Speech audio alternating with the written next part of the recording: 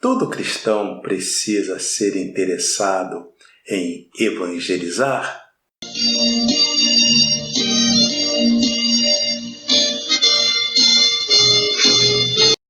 Lição 11. Compromissados com a evangelização. Eu sou o pastor Israel Silva, sou pastor, sou teólogo, sou economista e, sobretudo, sou servo do Deus Altíssimo. Então vamos à nossa lição 11, compromissados com a evangelização. Essa lição tem um texto áureo que segue. Antes, para quem às vezes gosta de acompanhar pela Bíblia, será em Romanos, e a leitura recomendada é em Marcos. Enquanto aí algum pode estar procurando, eu já solicito aí, dê seu like aí, que ajuda.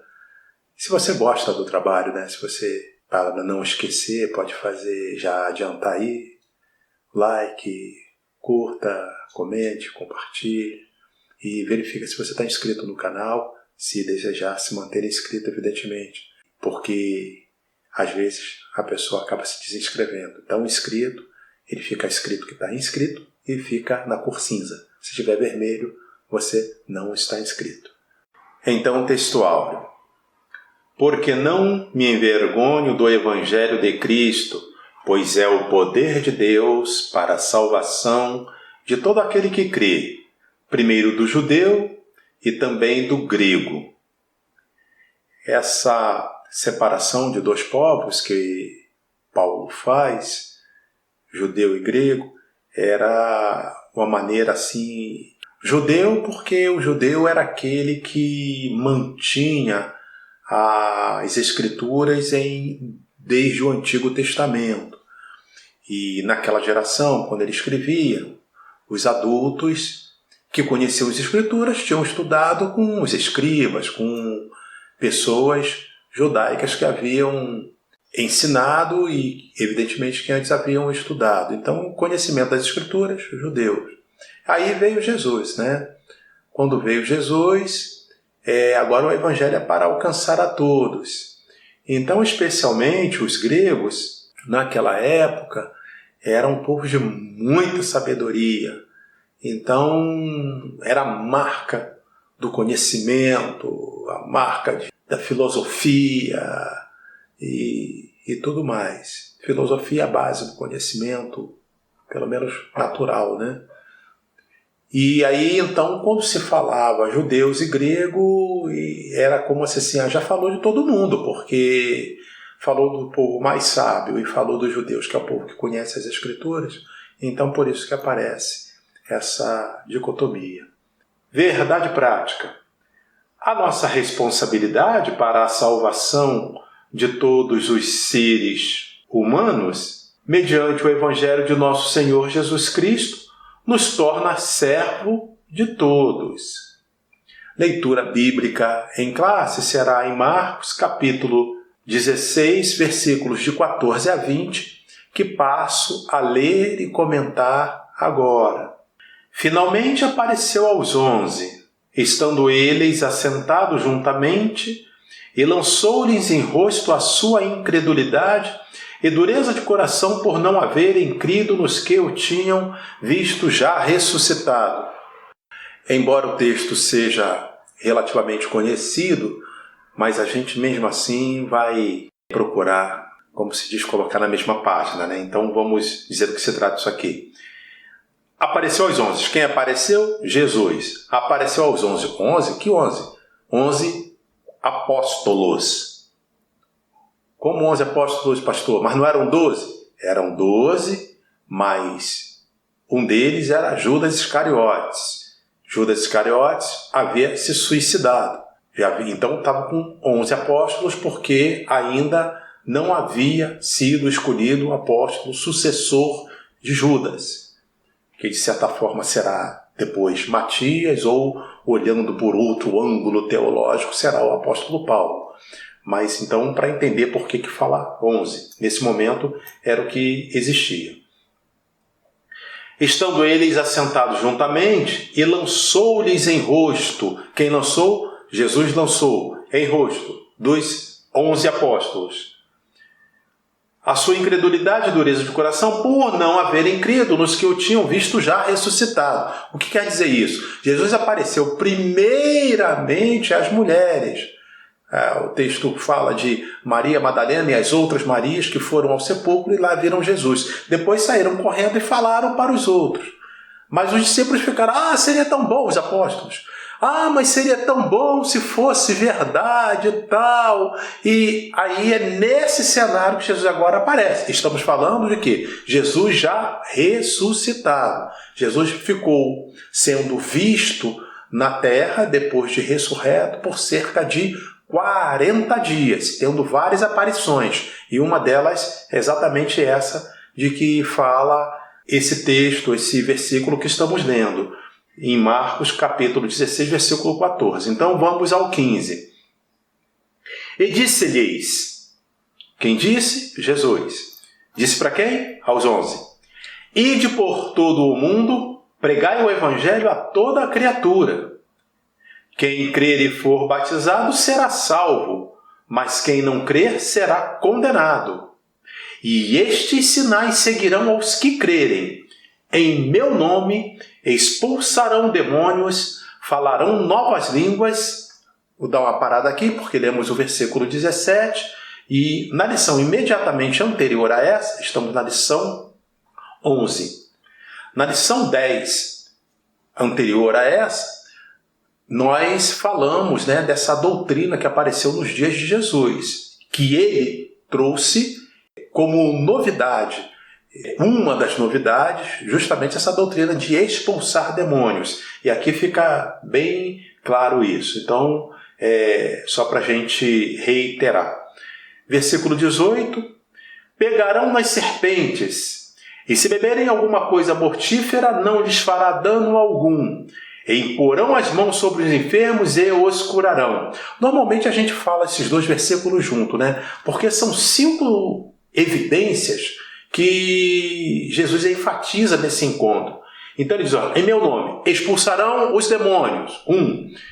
Falarão novas línguas. 2. Pegarão nas serpentes. 3. E se beberem alguma coisa mortífera, não lhes fará dano algum. 4. E a 5ª, e imporão as mãos sobre os enfermos e os curarão. Versículo 19. Ora, o Senhor, depois de lhes ter falado, foi recebido no céu e assentou-se à direita de Deus. E eles, tendo partido, eles quem? Os 11 apóstolos. Pregaram por todas as partes, cooperando com eles o Senhor e confirmando a palavra com os sinais que se seguiram. Amém. Ou seja, aqueles sinais de que Jesus falou, imediatamente, no primeiro momento, logo eles começaram a se evidenciarem na vida de cada um daqueles apóstolos. O objetivo geral da lição é conscientizar a respeito do compromisso com a evangelização.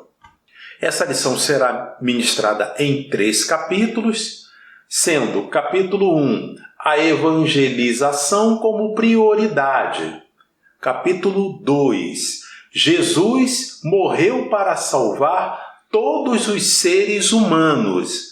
Capítulo 3, evangelização local e transcultural.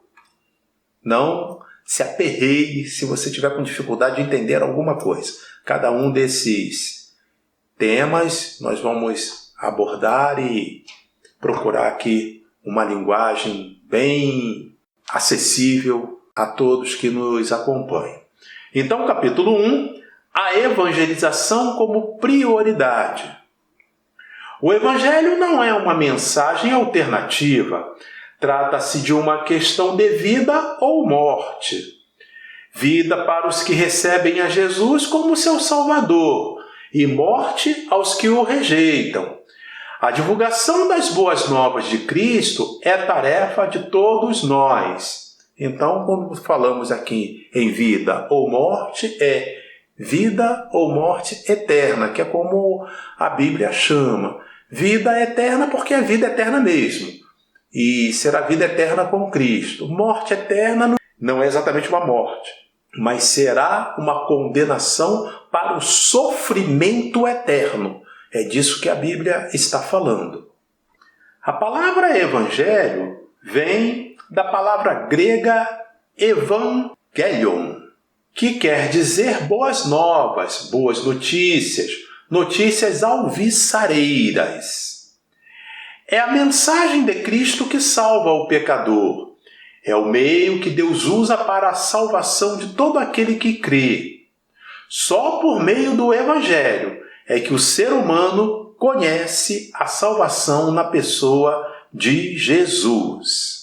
O Evangelho são as boas novas que falam do reino de Deus, da salvação e do perdão dos pecados na pessoa de nosso Senhor Jesus Cristo. As Escrituras nos ensinam que todos os seres humanos são pecadores e precisam se reconciliar com Deus. Não existe um meio de salvação sem Jesus. Ele mesmo disse: ninguém vem ao Pai senão por mim. E também afirmou: o campo é o mundo.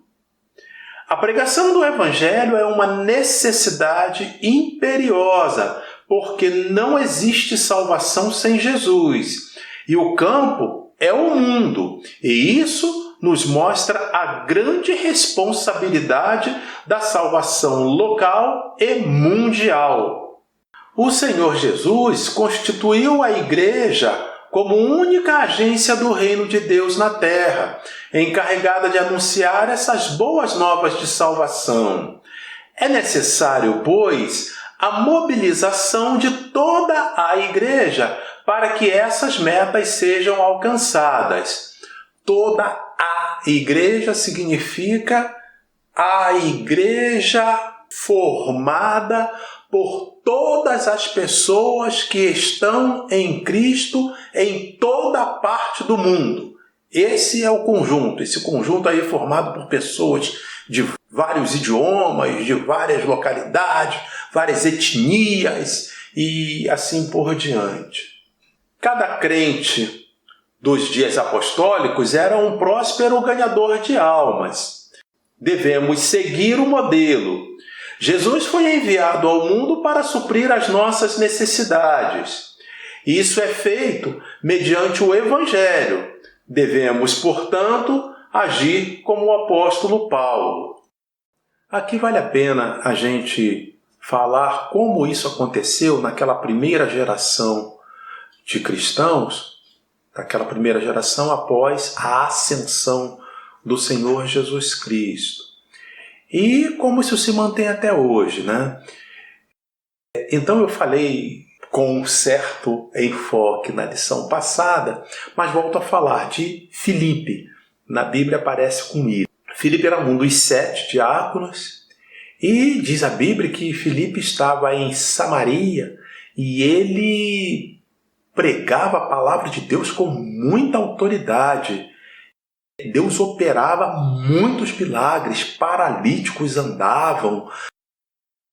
E além disso, ele expulsava os demônios das pessoas que apareciam dentre a multidão e que estavam endemoniadas, e aqueles demônios saíam bradando em altas vozes e sendo muito usado. Naquela situação, Deus vai a Filipe e manda que ele se retire dali de Samaria e que ele vá para a direção de Jerusalém. E o ponto é que Filipe é arrebatado e ele aparece próximo ao capitão, a Bíblia chama de capitão mor da rainha da Etiópia, e ele aparece diante daquele homem e a Bíblia diz que aquele homem estava num carro, né, que seria uma carruagem certamente, e ele apareceu ali ao lado. Dá a entender também que a velocidade com que andava aquela autoridade da rainha não era uma velocidade muito alta, era uma velocidade baixa. E ele aparece ali e diz que ele viu que esse capitão é um eunuco, né? A passagem é intitulada no livro de Atos como Filipe e o eunuco. E Filipe pergunta para ele, entendes o que lês? Porque ele estava lendo as Escrituras. Filipe, percebendo isso, disse, entendes o que lês? Eu até lembrei, né? Esse é o nome de um livro. E ele deu uma resposta do tipo, como vou entender se não houver quem me explique? Aí Filipe se aproximou mais e viu que ele estava lendo o profeta Isaías e aquele homem estava lendo a passagem que hoje, eu digo hoje porque a separação dos livros em capítulos e versículos é uma coisa relativamente recente em relação àquele primeiro século. Ele estava lendo o que hoje é o capítulo 53 de Isaías. Verdadeiramente ele tomou sobre si as nossas enfermidades. O castigo que nos traz a paz estava sobre ele, e pelas suas pisaduras fomos sarados.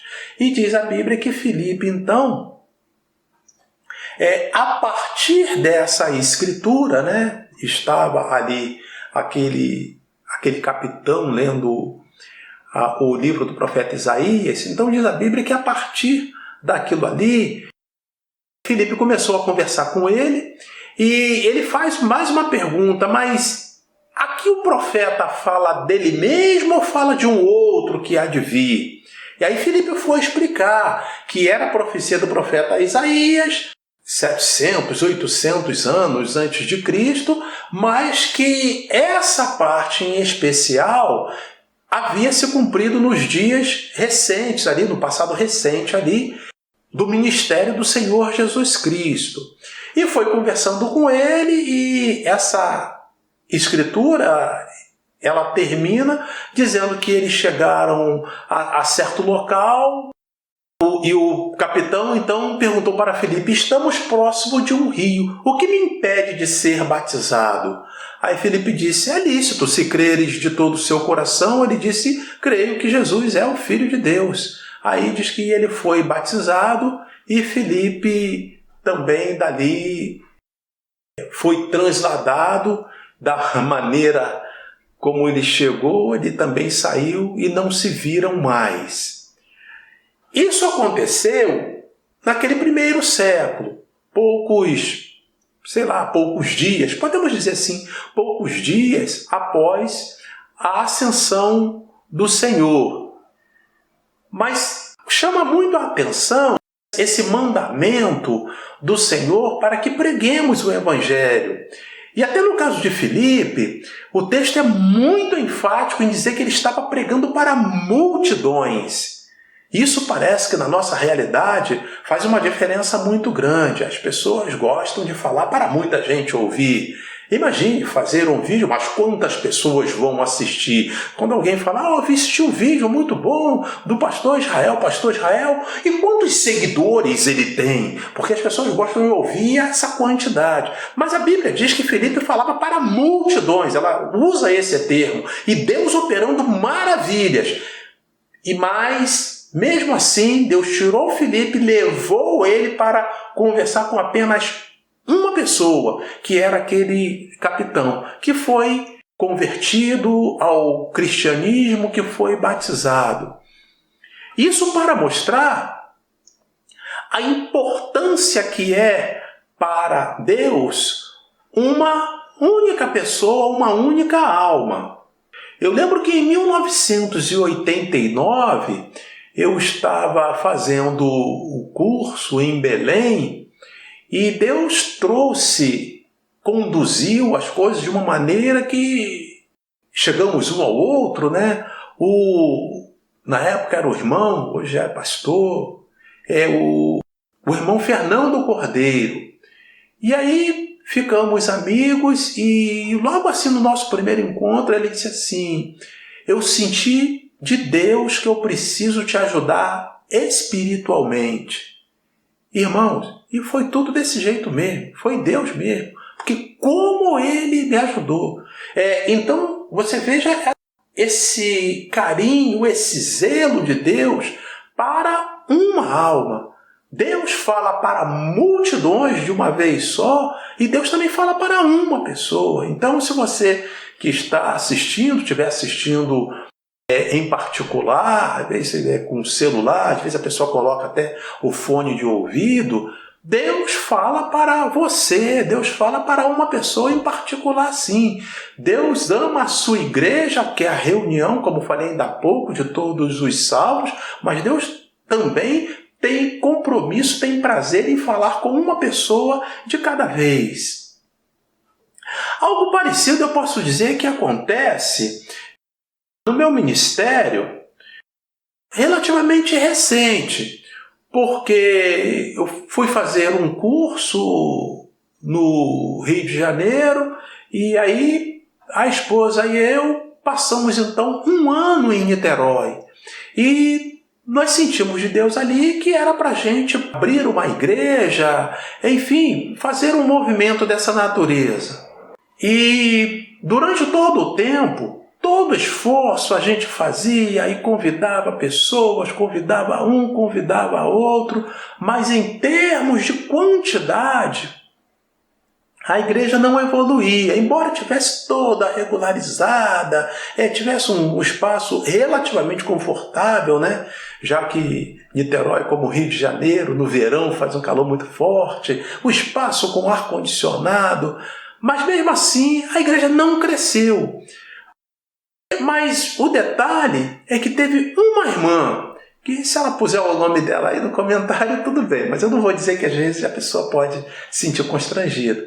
Mas uma irmã passou a assistir todos os cultos, não faltava, não sei quando tinha um impedimento, uma viagem, enfim, que precisava fazer com relação à família, com relação ao trabalho, mas ela não perdia um culto e a gente trabalhando. Essa irmã, ao final desse um ano, ela foi batizada, pediu para ser batizada, a gente batizou, e está firme nos caminhos do Senhor até hoje.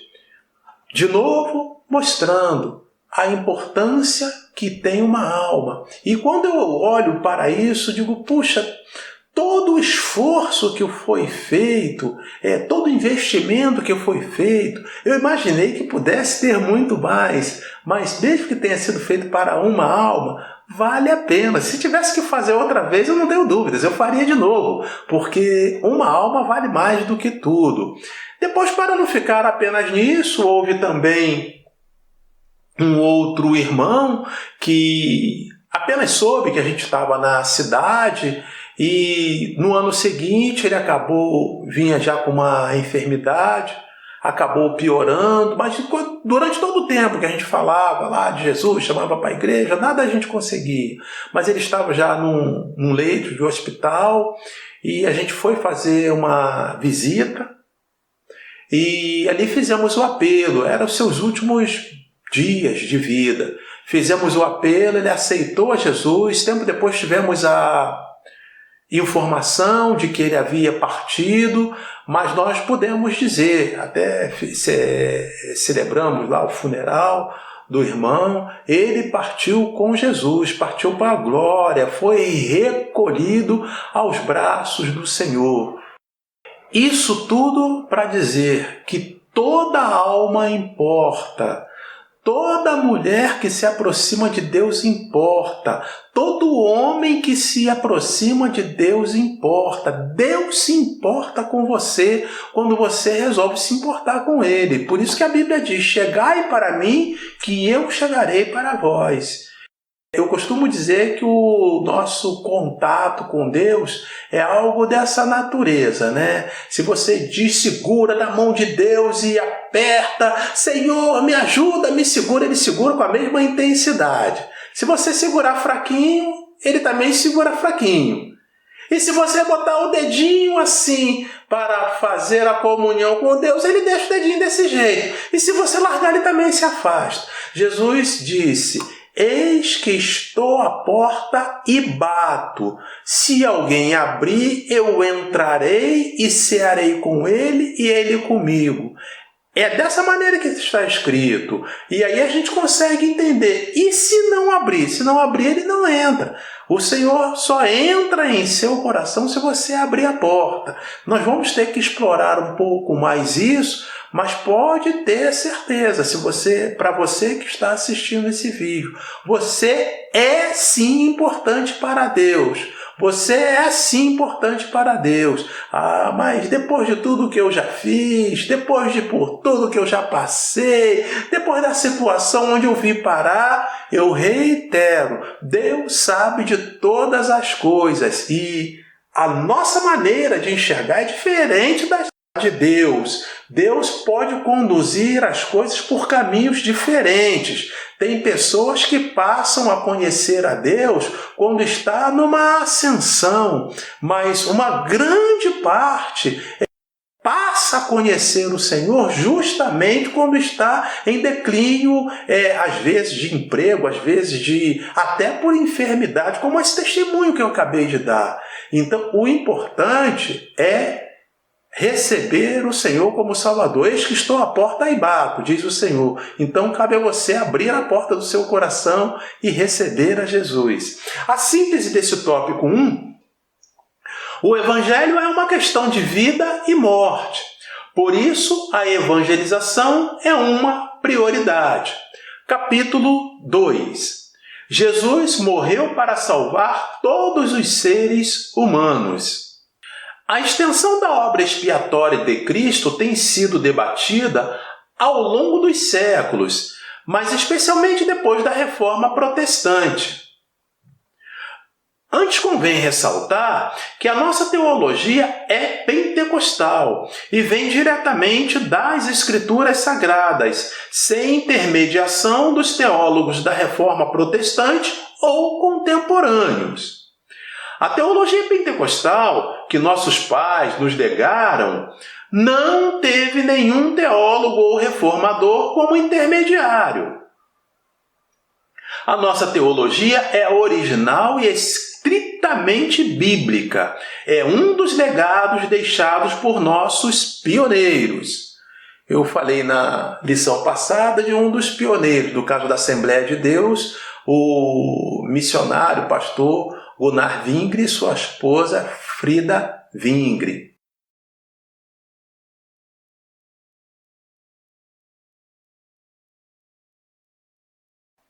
A propósito, por quem Jesus morreu? Essa é uma pergunta bem interessante.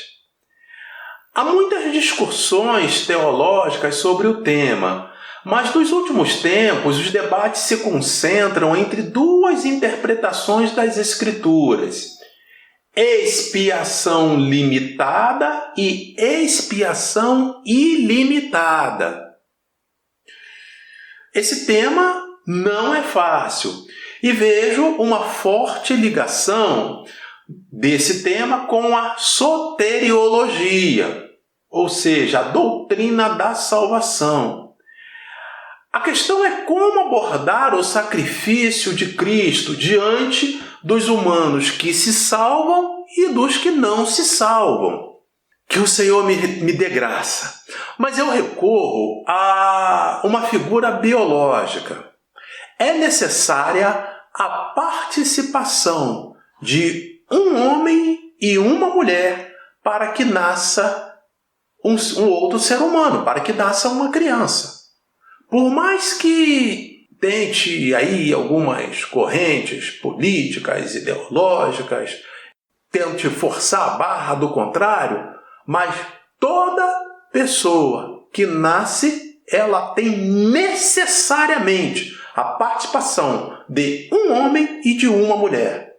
Pelo menos isso, né? Porque existe aí a inseminação. Não, mas aí já injetou o embrião. Pois é, aquele embrião só foi possível de se gerar, aquela célula que estava ali, só foi possível com a participação de um homem e uma mulher. Mas, pastor, e quando é o caso de uma violência sexual, quando não queria? Bom, está à parte.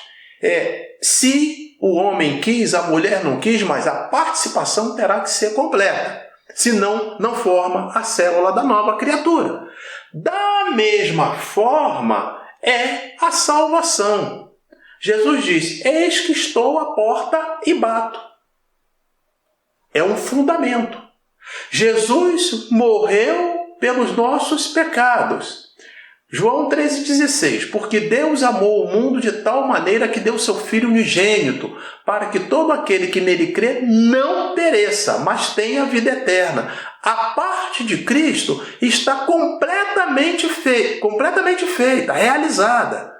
Um fundamento está completo. Qual é o outro fundamento? É você aceitá-lo como Salvador. Essas duas coisas precisam acontecer para que o ser humano seja salvo. Se acontecer só uma, não resolve. A de Deus está garantida. O sacrifício já foi feito.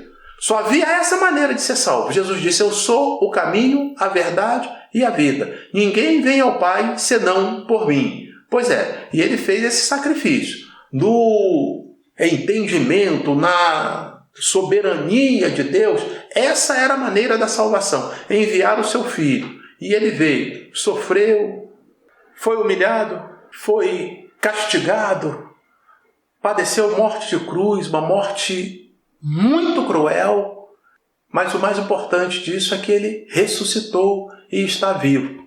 Trabalho completo. Primeiro fundamento? Completo. O segundo é você aceitar. Tão simples assim, pastor, mas o ser humano ele gosta de complicar.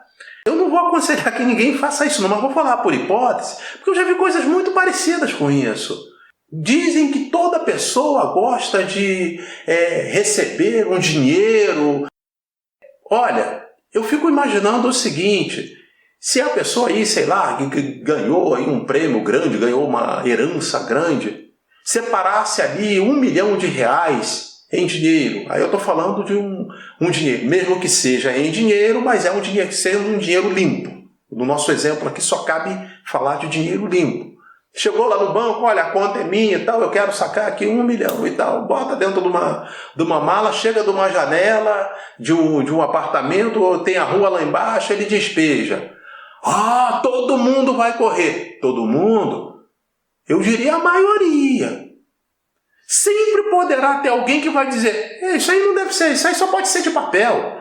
Isso aí não é nada. Enquanto ele está nesse negócio, não é, as pessoas que foram vendo já pegaram, já cataram. No final ele estava pertinho, viu o dinheiro perto dele e não pegou. O ser humano é assim. Ou então, e por que eu vou pegar esse dinheiro? Eu sei lá de onde ele vem. Não, era limpo, podia pegar, era seu, não ia ter problema nenhum. Pois é. Da mesma forma, é a salvação. Mas será que é só chegar lá, levantar a mão e está tudo resolvido? É só isso. Precisa crer em Jesus. Crê no Senhor Jesus Cristo e será salvo tu e a tua casa. Foi o que o apóstolo Paulo disse para o carcereiro de Filipos. Síntese do tópico 2. A expansão da expiação de Cristo é de caráter ilimitado. Isto é, Jesus morreu por toda a humanidade. Capítulo 3. A evangelização local e transcultural. O Novo Testamento nos mostra que evangelismo e missões são tarefas precípuas da Igreja. O livro de Atos destaca a obra missionária, registra as missões por todos os ângulos e mostra todas as possíveis atividades de um missionário. Atos, o livro de Atos, ressalta ainda o poder do Espírito Santo, a obra da evangelização e as viagens missionárias do apóstolo Paulo. Evangelização é o ato de comunicar as boas novas de salvação a todas as pessoas por meio de palavras e ações. É o que Jesus fez e nos mandou que fizéssemos também. Isso significa testemunhar com ousadia a ressurreição de Jesus pelo poder do Espírito Santo. Geralmente, é uma ação acompanhada das obras sociais. Essas coisas são características da autêntica igreja cristã. A visão dos pentecostais clássicos, desde o avivamento da Rua Azusa, era evangelística e missionária. Até se pensava a princípio que o dom de línguas era para pregar aos pagãos ao redor do mundo. A xenolalia é isto, a habilidade de falar uma língua que o indivíduo não aprendeu. Mas logo, esses pioneiros desistiram dessa ideia xenolálica missionária. Xenolálica, derivado de xenolalia. E eu já vou explicar isso, aguenta as pontas. Mas eles continuaram a obra missionária mesmo sem xenolalia. Xenolalia é falar em línguas que não conhece quem fala, mas o destinatário entende. Esse caso acontece no dia de Pentecostes narrado na Bíblia, pois em determinado momento é dito o seguinte: pessoas que são de outras etnias, do Ponto, da Média, de vários outros lugares, entenderam que os discípulos falavam em nossa língua. Eles lá estão comentando isso. Aí isso é chamado de xenolalia. E já que falamos disso, temos que falar também no que é glossolalia. É falar em línguas sobrenaturais, que a princípio ninguém entende. Pode ser considerado o que Paulo chama de a língua dos anjos, pois Paulo diz, né, ainda que eu falasse a língua dos homens e dos anjos, se não tivesse amor, seria como o sino que soa e apenas isso. Ou seja, fala a língua sobrenatural. Essa é a glossolalia. Mas pode acontecer de se manifestar ao mesmo tempo o dom de interpretação de línguas, passando-se a maioria dos presentes a entender a mensagem. De qualquer forma, tanto uma coisa como outra, é um termo aí diferente dentro da teologia, mas diferente do que a gente é acostumado a ver na maioria das traduções da Bíblia. Tanto um caso como o outro será um caso profético, por óbvio. Se acontece de a pessoa começar a falar, o cristão, ele pensa que está falando tão somente em línguas estranhas e tem uma outra pessoa, seria um exemplo da Copa do Mundo, quando o Brasil que foi no Brasil em 2014, não precisamos nem lembrar da semifinal, hein, por essa parte, mas quando havia pessoas de vários países aqui no Brasil e, por certo, pessoas que também não entendiam português. Então era como se chegasse num hall de um hotel daqueles onde tivesse pessoas de várias localidades, de vários países, e começasse a falar em mistério. Aí estaria ali o brasileiro falando em mistério, para ele era mistério. Mas aí tinha lá o japonês que entendia na língua dele. Havia lá um alemão que entendia na língua dele. É disso que nós estamos falando. Nesse caso, essa palavra será uma profecia. Por isso que quando Paulo fala sobre os dons, as manifestações do Espírito Santo, isso é uma manifestação, ele fala de profecia. Fala também da variedade de línguas e fala da interpretação de línguas. Então isso tudo vai se juntar quando for, por exemplo, o caso da glossolalia, né? O falar em línguas. Bom, agora era todo mundo brasileiro mesmo. Estava falando sobrenaturalmente. E aí a manifestação do Espírito que acontece em relação a esse que está falando inicialmente, também se manifesta o mesmo Espírito em uma segunda pessoa que começa a traduzir. E então isso vira uma profecia. É dessas coisas que estavam falando, mas aí foi mencionado Rua Azusa. O que é isso? Quem é do Evangelho, já escolado, os teólogos aqui que eu tenho, fico muito honrado, muito feliz de saber que me acompanham, pastores, por certo já sabe. Mas a gente vai falar um pouquinho do que é esse Rua Azusa. É uma rua lá dos Estados Unidos e que por onde aconteceu um forte avivamento no início do século passado, no início do século XX. Então, algo ali que começa em 1906 e vai até 1915. É interessante notar que, segundo as pesquisas, houve também um avivamento forte, começado ali em 1904, também em Gales. Então, Deus estava soprando uma onda de poder pentecostal em vários locais. Não por coincidência, em 1910, a gente enfatizou isso na lição passada, chegaram ao Brasil os missionários Gunnar Vingre e Daniel Berg, que vieram já com esse fogo pentecostal. Chegaram ao Brasil em 1910. E esse movimento na Rua Azusa, lá nos Estados Unidos, ele se estendia por essa época. Começou basicamente em 1905 e foi até 1915. E até a possibilidade, como eles vieram, eram suecos, mas passaram pelos Estados Unidos, até a possibilidade deles terem presenciado em algum momento, alguma reunião do que acontecia lá na Rua Azusa. A gente indo à Wikipédia, a gente consegue então ter umas informações que vai ajudar você a entender melhor. Reavivamento da Rua Azusa. O reavivamento foi uma reunião de avivamento que se deu em Los Angeles, Califórnia, liderada por William Joseph Seymour.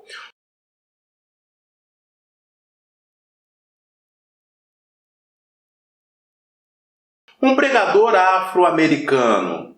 Teve início com uma reunião em 14 de abril de 1906, em um prédio que fora da Igreja Metodista Episcopal Africana, e continuou até meados de 1915. O avivamento foi caracterizado por experiências de xenolalia. É isso que a gente falou. Falar em línguas, mas o outro que é de outra etnia, de outro idioma, acaba entendendo. E aqui o texto abre parênteses. Falar em línguas existentes, da qual a pessoa não é fluente. Então, a experiência de xenolalia, cultos de adoração e mistura interracial. Importante notar que nessa época, 1915, o Brasil está ali com 5 mais 12, 19, 17, menos de 20 anos da abolição da escravatura no Brasil. No caso lá dos Estados Unidos, havia um pouco mais. A abolição lá havia se dado há mais tempos, mas mesmo assim, a essa época, havia ainda o problema racial muito forte, muito mais acentuado. Alguém vai dizer, mas até hoje existe o racismo em toda parte do mundo. Mas era uma coisa ainda muito enraigada, porque as gerações ainda estavam muito presentes, enquanto o pai, o avô de um foi escravo, aí o outro pai, avô de outro foi senhor de escravos. Então esse contraste estava muito presente. Estava presente no Brasil, estava presente lá nos Estados Unidos também. E esse irmão, William Joseph Seymour, ele era afrodescendente, era negro, era da minha cor, E então tudo isso é o que está sendo colocado aqui. Os participantes foram criticados pela mídia secular e teólogos cristãos por considerarem o comportamento escandaloso e pouco ortodoxo. Bom, criticados pela mídia secular, aí é bom lembrar, Já naquela época, a mídia falava besteira. Não começou agora não, viu? Se é que isso serve de consolo para você. Já naquela época. Hoje, o avivamento é considerado pelos historiadores como o principal catalisador para a propagação do pentecostalismo no século XX.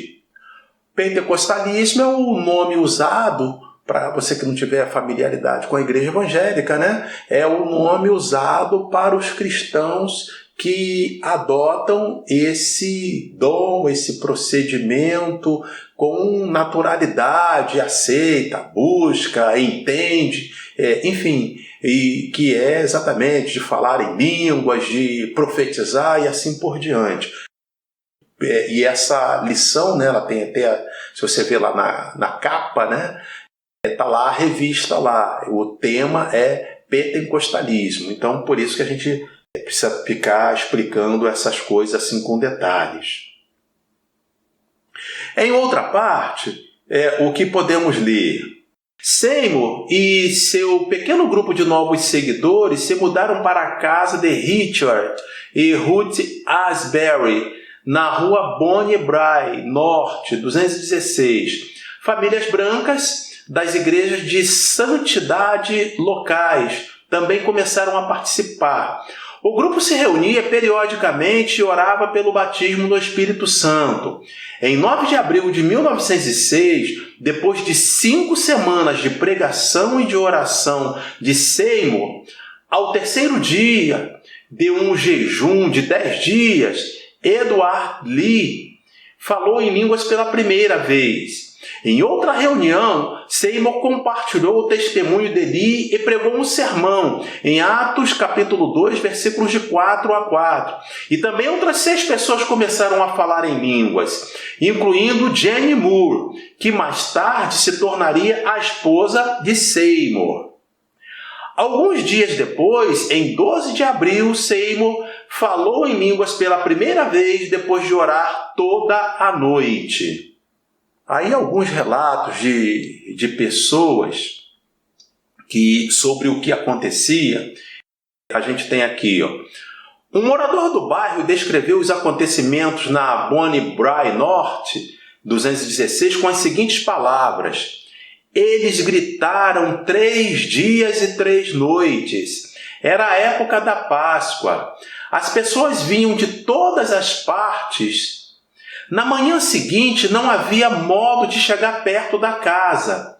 Assim que as pessoas entravam, elas caíam sob o poder de Deus, e a cidade inteira se comoveu. Gritaram tanto que a base da casa cedeu, mas ninguém ficou ferido.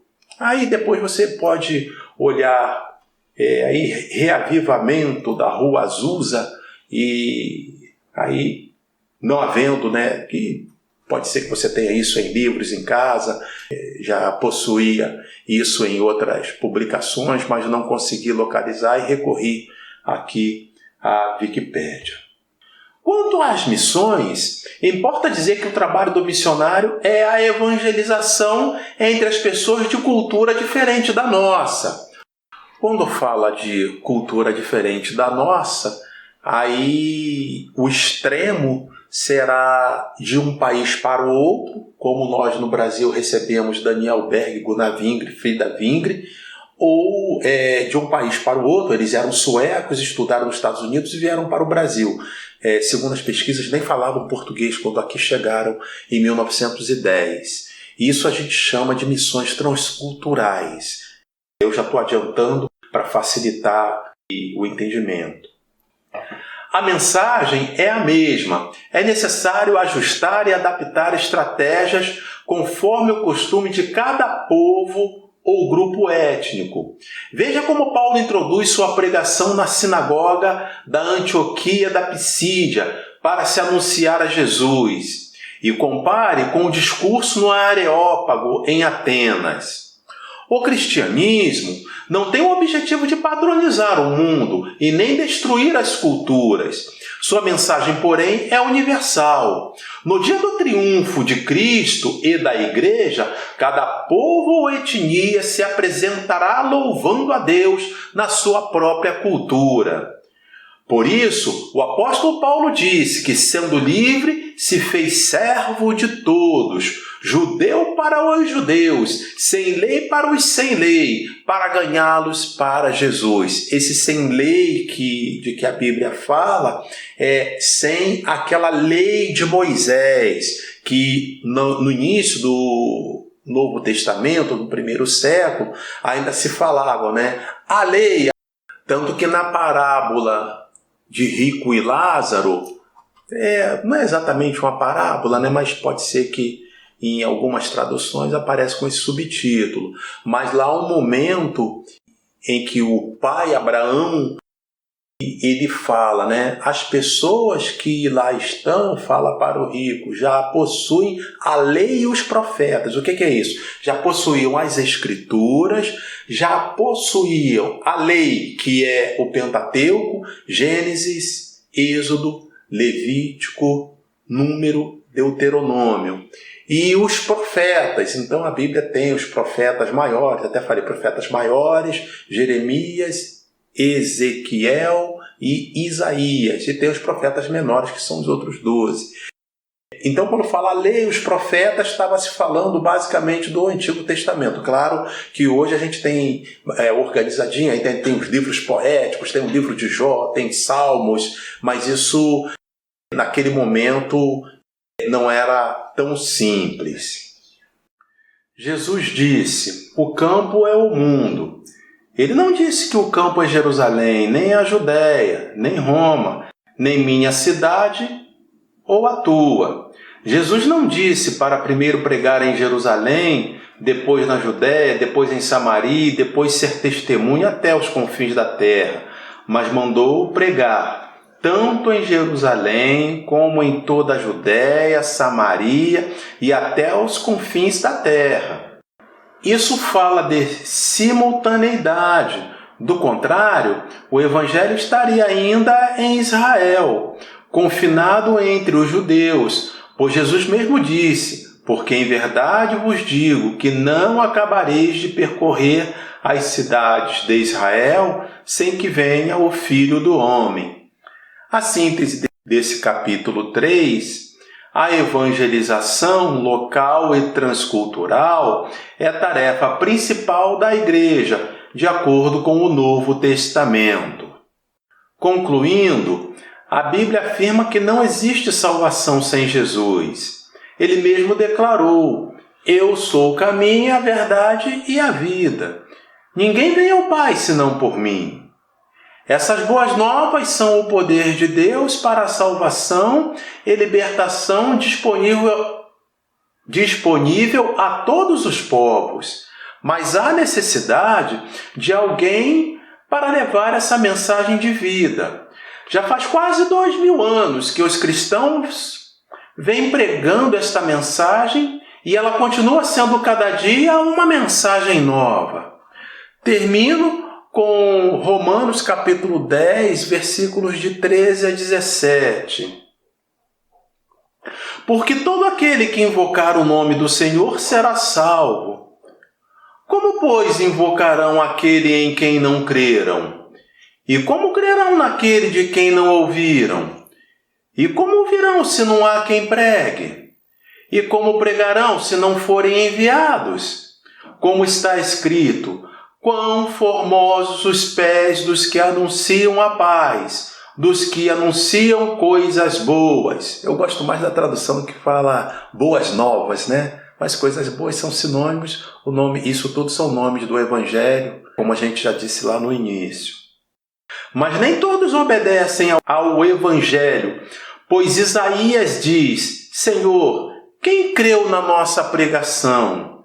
De sorte que a fé é pelo ouvir, e ouvir pela palavra de Deus.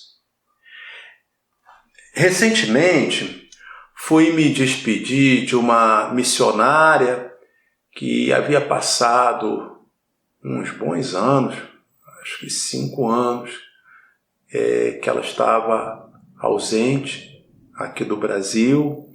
Aí ela veio para o Brasil, veio para tirar férias, aí aconteceu essa pandemia, aconteceu algumas coisas e ela acabou ficando um pouco mais de tempo aqui. E a gente sempre se falando por telefone, trocando mensagem, e ela dizia da preocupação, porque todo o ministério eclesiástico dela estava naquele país distante. E aí, até que conseguiu, entre passagem, visto, imigração, isso tudo conseguiu, e a gente estava então no embarque. E a gente falou, e agora, como fica? Quais são suas expectativas? Ela disse, olha, eu tenho minha estratégia para ficar no país, é um país difícil, e dentro dessa minha estratégia eu não vou poder ficar muito tempo, eu vou terminar e eu não sei como fazer. E uma das coisas que a gente pensa em fazer, conversando até com os irmãos de lá, os irmãos nativos, né? Conversando com eles, seria eu ir para um outro país vizinho, mas dessa vez enviado por eles, e aí isso facilitaria o trâmite de imigração e tudo mais. Aí ela disse que quando conversava sobre isso com eles, eles lamentavam muito, né? Porque diziam, nós desenvolvemos um projeto social que tem sido muito bom, tem ajudado muito na evangelização das pessoas, a gente tem ganho pessoas para o evangelho por meio desse projeto, tem sido uma ferramenta muito boa, e eu ajudei a criar esse projeto lá com alguns deles. E aí eles falam que vão sentir a minha falta de atuação nesse projeto. Eu disse para eles, olha, mesmo que eu saia com a ajuda que eu recebo para fazer a obra missionária, eu vou continuar ajudando aqui também, reparto minha ajuda, enfim. Aí dizia a missionária que os irmãos nativos então falaram, irmã, nunca foi pelo dinheiro, mas é por você. Nós precisamos mesmo de você. Amém.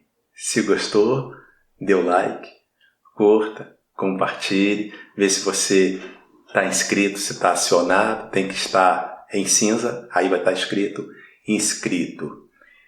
E Deus abençoe você e sua casa. Em nome de Jesus. Amém.